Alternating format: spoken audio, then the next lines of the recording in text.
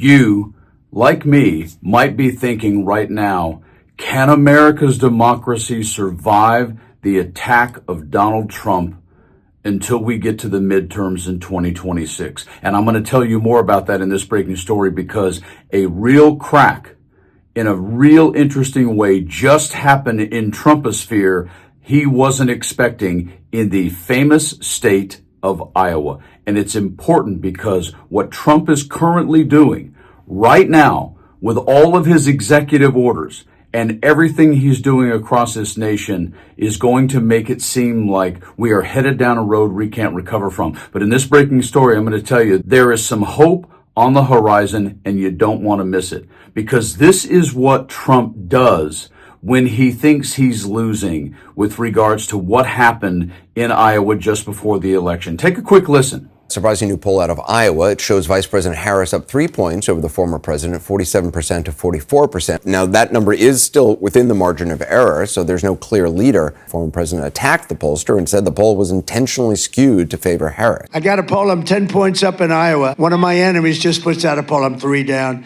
They interviewed far more Democrats than they did Republicans. When former President Trump says we interviewed more Democrats, well, that's what came out of our data. We did nothing to make that happen.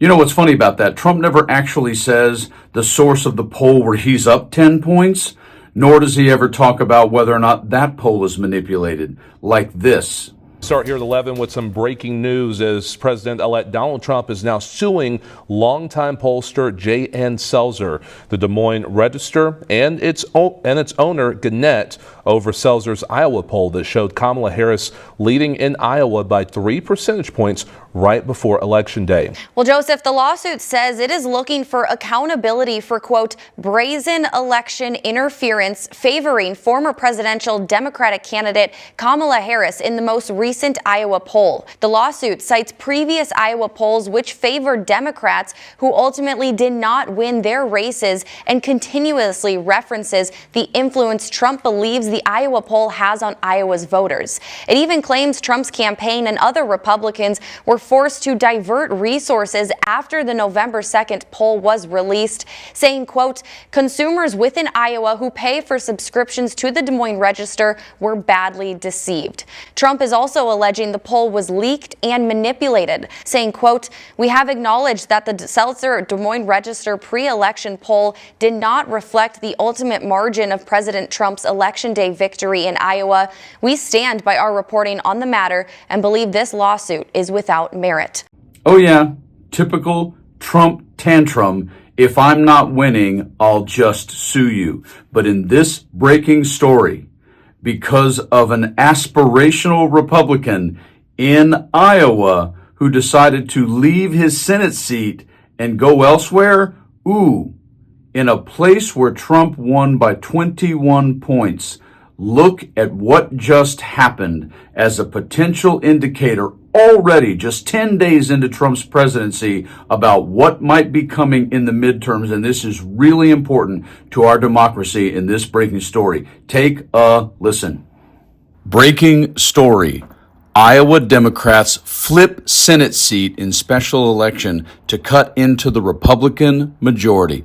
Iowa Democrats have flipped a state Senate seat vacated earlier this year by Chris Cornier, who registered to become the state's new lieutenant governor. Democrat Mike Zimmer has defeated Republican Kate Whittington in the special election for Senate District 35. According to unofficial results from the Iowa Secretary of State's website, Zimmer won 52% of the vote to Whittington's 48%. Zimmer is a longtime education professional and president of the Central DeWitt School Board. He will serve out the remainder of Cornier's term through 2026.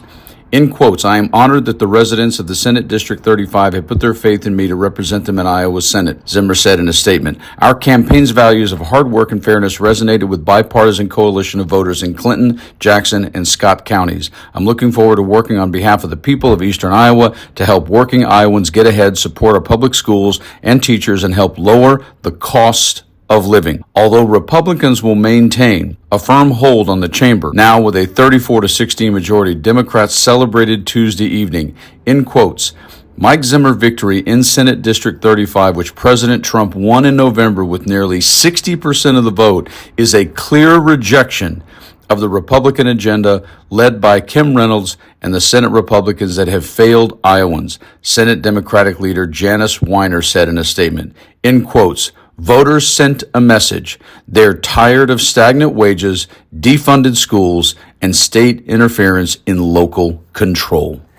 And on a personal note, I think that speaks loudly for what's going on all across the country. In the wake of all this macro craziness of things that seem really overwhelming and really debilitating, little moments, little indicators like that in a state like Iowa actually is incredibly good news and may be far more important than you may realize as we head down the road of the next 2 years.